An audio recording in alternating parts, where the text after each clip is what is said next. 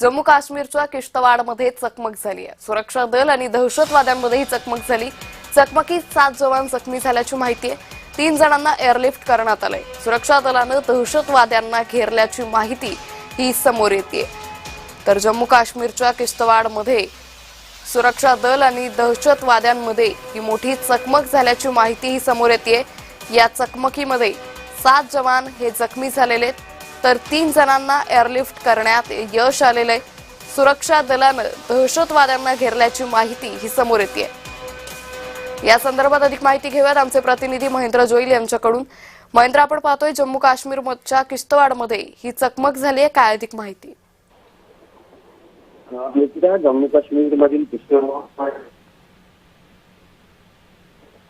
जवान मिळाले असून उपचारासाठी रुग्णालयात दाखल करण्यात आलंय। ही घटना किश्तवाडच्या वरची भागातील सोनार येथील आहे।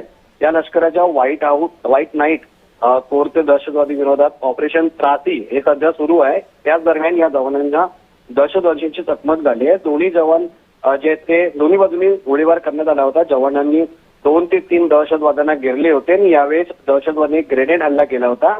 त्यानुसार अधिकाऱ्यांनी सांगितलं होतं की त्यानंतर या सगळ्या दहशतवादी अतिरेक्यांनी जैश-ए मोहम्मदशी संबंधित असून अधिकाऱ्यांच्या माहितीनुसार दहशतवाद्यांचा शोध अजूनही सुरू आहे आणि ड्रोनद्वारे परिसरावर नजर ठेवली जात असून स्लीपर डॉगची मदत घेण्यात आली असून सध्या जम्मू काश्मीर पोलीस, लष्कर आणि सीआरपीएफची शोध सध्या या परिसरात सुरू आहे।